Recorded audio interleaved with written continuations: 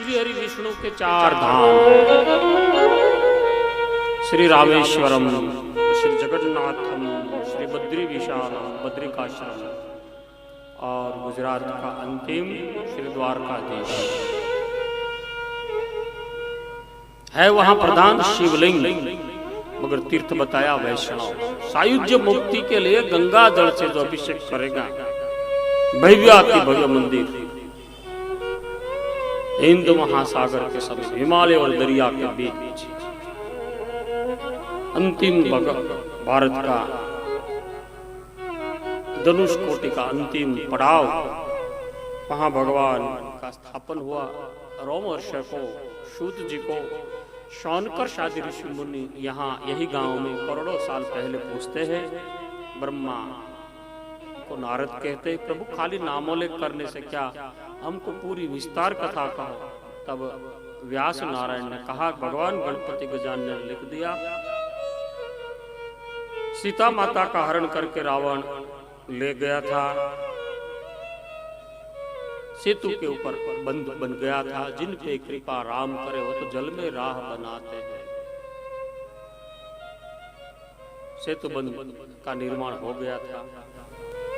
रामेश्वर का नाम ही है सेतु बंद रामेश्वरम।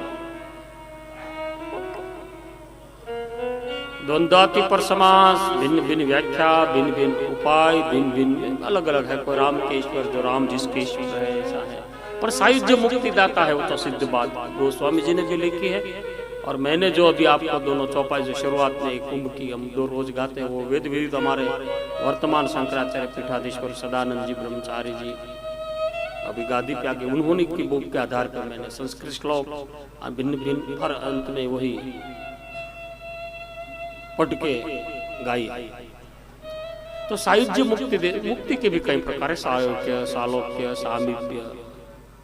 जो भगवान के सन्मुख बैठा रहे और भगवान के रूप का दीदार करता रहे, देखने जैसा कोई है संसार में तो परमात्मा के सिवा कहीं भी मन और चित लगाया तो अंत में पछतावा होगा होगा और होगा। हम सब देख रहे हैं संसार का क्रम। यहाँ पछतावे के सिवा कुछ नहीं। बड़े बड़े मंदिर बनवाओ, बड़े बड़े कुछ भी करवाओ, बड़े बड़े मंदिर लगवा के नाम तख्त लगाते हो, अंत तक संतोष नहीं आया, सुखोपभोग नहीं आया, प्रभु कृपा की, प्रभु की माया का अधिकार नहीं आया, तो सब तो सायुज्य मुक्ति की बात यहाँ लिमिट है। तो भगवान ने सुबह में कहा कि असुरों का संहार करना वो तो रुद्र का काम है, गौड़ का काम तो शिव का काम है। मेरे में अगर रुद्र तत्व, जैसे गीता में कृष्ण परमात्मा बार बार, एक बार नहीं, कि रुद्रों में शंकर स्वयं मैं हूं, जानवी तो अहम गंगा, जानवी गंगा नदियों में मैं हूं, नगाधिराज हिमालय में स्थिरता मैं हूं, ऐसे रुद्रों में शंकर मैं हूं। तो रुद्र का काम यानी गौड़ का काम, विनाश का काम, दूसरों को मारना, मारने की सोच रखना, ये भी काम शिव का है, जरूरी है। अगर मरते नहीं तो पापड़ के लिए भी बड़े बड़े युद्ध होते हैं।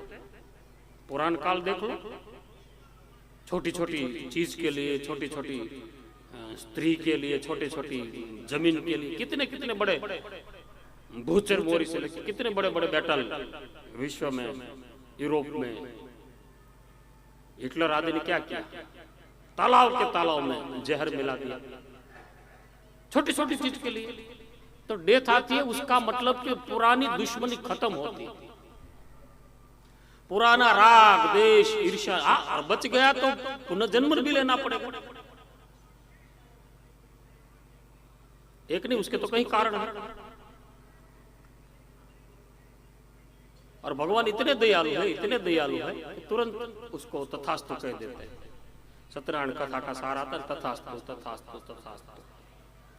तो मेरे कहने का तात्पर्य यही है कि राम भगवान ने सोचा कि यहाँ में शिवलिंग का उत्तम भूमि है, याद रखना, धरती उत्तम जिसमें बाहर आती है, 2-5 फुट खोदो और पानी निकलता है, रात्रि को अच्छी नींद आती है, सुमधुर बाहर आती है, तीनों ओर जल है। तो मैं सोचता हूँ कोई कोई भूमि का ऐसा प्रताप है, भूमि भोग, विषय थोड़ा गहरा है, मैं ज्यादा तो नहीं जाऊंगा, 2-5 शब्द ही बोल के आगे बढ़ूंगा। भगवान राम ने सोचा कि अच्छी भूमि है, समुद्र नहीं मानता था, वो मानने लगा, सेतु बंध गया, सब कुछ होने लगा, विभीषण वश में आ गया, सब वश विवश है, तो इतनी अच्छी भूमि है कि दुश्मन का भाई भी मेरे वश में आ गया है। शिव पुराण की कोटि रुद्रा के संहिता के श्लोक खोले तो राम भगवान ने बहुत सोचा, सोचने के बाद निष्कर्ष किया कि मैं मेरे इष्ट देव, जो कोई गंगा जल से पूजा करे, सायुज्य, सालोक्य, सामीप्य, सारूप्य के कोई भी प्रकार की मुक्ति में से एक प्रकार की मुक्ति के अधिकार के लिए यहाँ आ जाए तो भूमि पवित्र है, यहाँ की मिट्टी में बहार है, सुगंध। पूरी दुनिया और कायनात घूम के बताऊं कि हिंदुस्तान की मिट्टी में ताकत है कि बारिश गिरने से इसकी मिट्टी में सुगंध आता है, महक आती है। बाकी तो बर्फ गिरे तो भी गोटर सूती कपड़ा पहनी, सेफ्टी रखनी पड़ती है। मुझे कोई बाहर के कनाडा में पूछ रहा था कि कितना अच्छा बारिश गिर रहा है, मैंने कहा ये माउंटा है, स्नो का, बर्फ का माउंटा है। बारिश देखना हो तो कैलाश में, मानसरोवर में, हिंदुस्तान में आ जाए, हिंद में आ जाए। तो भूमि के प्रताप, जमीन के प्रताप, जमीन की शुद्धता के प्रताप, शुकनवंती जमीन, भगवान ने 3 बार वहां खुद काम किया, फिर उसके ऊपर मिट्टी लगा दिया, 2-3-4 घंटा देखते रहे, बहकती हुई धरती बढ़ी। धरती बोलती है, जमीन बोलती है, कोई को जमीन का प्रताप। दंडकारण्य में सती को, सीता को, कहीं ऋषि कहीं को शंका हुआ, और संशय की भूमि है। तो कोई भूमि का ऐसा प्रताप हो, वहां बहुत मजा आता है। हमको जो भी फोन करते पूछते तुम्हारा हेल्थ कैसा, हमारा तो हेल्थ बहुत अच्छा है। इधर क्या है, न गैस सड़ा है, न गब्बारा सड़ा है, न डमरा सड़ा है, न डमरी सड़ी है। तुम अपना संभालते, मैं तो इधर रहे तो हमारा को इधर तो बहुत गर्मी लगता है, ताव सड़ता है, मगर तुम्हारे वहां सब सड़ता होगा, इधर तो कुछ नहीं है, आनंद ही आनंद है।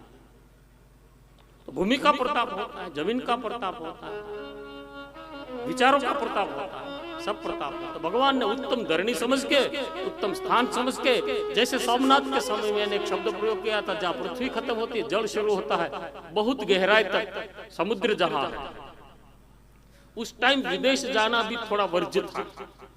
भारत से श्रीलंका अलग था, डिफरेंट, आज भी है, सब प्रकार से डिफरेंट है, ऐसा नहीं है। तो सब समझ के भगवान राम ने सोचा जो भी काम है, हमारे कुल में शिव की पूजा की जाती है, जो प्रभु है, इष्ट है, महादेव है, उनका वंदन पूजन करते हैं। एक ज्योतिर्लिंग का महिमा बढ़ावा करने के लिए इसलिए वहां लिंग का स्थापन किया। लिंग थापी विधिवत करी पूजा, शिव समान प्रिय मोहिनी। शिव और राम में कोई भेद नहीं समझ, शिवद्रोही मम भगत कहावा, ऐसे भी उल्लेख यही कर्म में